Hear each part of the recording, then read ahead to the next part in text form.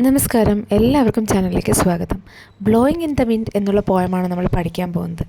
Bob ഡിലനാണ് ഈ poem എഴുതിയിരിക്കുന്നത്.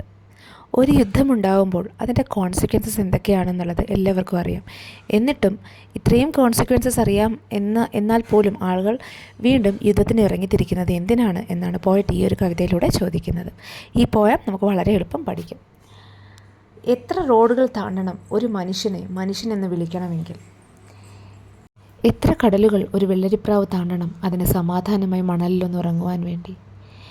എത്ര വെടിയുണ്ടകൾ ആകാശത്തിലൂടെ അല്ലെങ്കിൽ കാട്ടിലൂടെ പറക്കണം അത് നിരോധിക്കുന്നതിന് മുൻപായിട്ട്? പോയറ്റ് ഇവിടെ ചോദിക്കുകയാണ്, ഒരു മനുഷ്യൻ എത്ര ദുരിതത്തിലൂടെ കടന്നാലാണ് അവന് സമാധാനമായിരിക്കാൻ കഴിയുക? ഒരു വെള്ളരിപ്രാവ്, സമാധാനത്തിൻ്റെ ചിഹ്നമായ വെള്ളരിപ്രാവ് സമാധാനമായി ഒന്നിരിക്കണമെങ്കിൽ എത്ര പ്രതിസന്ധികൾ തരണം ചെയ്ത് വേണം വരാൻ?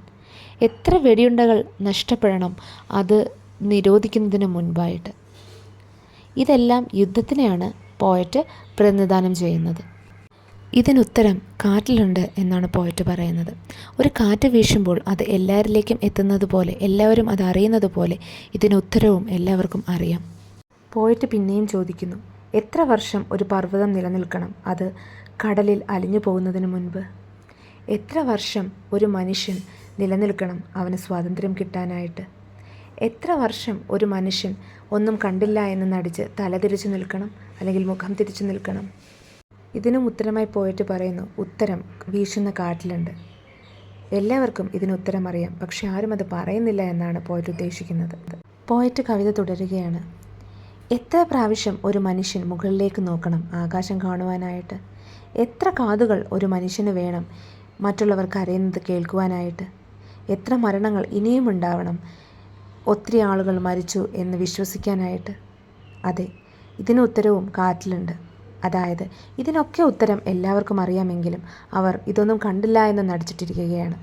യുദ്ധം മൂലം ആളുകൾ അനുഭവിക്കുന്ന ദുരന്തങ്ങൾ ഇതൊന്നും മനുഷ്യൻ കണ്ടില്ല എന്ന് നടിച്ച്, അധികാരികൾ കണ്ടില്ല എന്ന് നടിച്ച് യുദ്ധം നിർത്താതെ വീണ്ടും മുന്നോട്ട് പോകുന്നതിനെ പോയറ്റ് ചോദ്യം ചെയ്യുകയാണ് ഈ ഒരു പോയത്തിലൂടെ.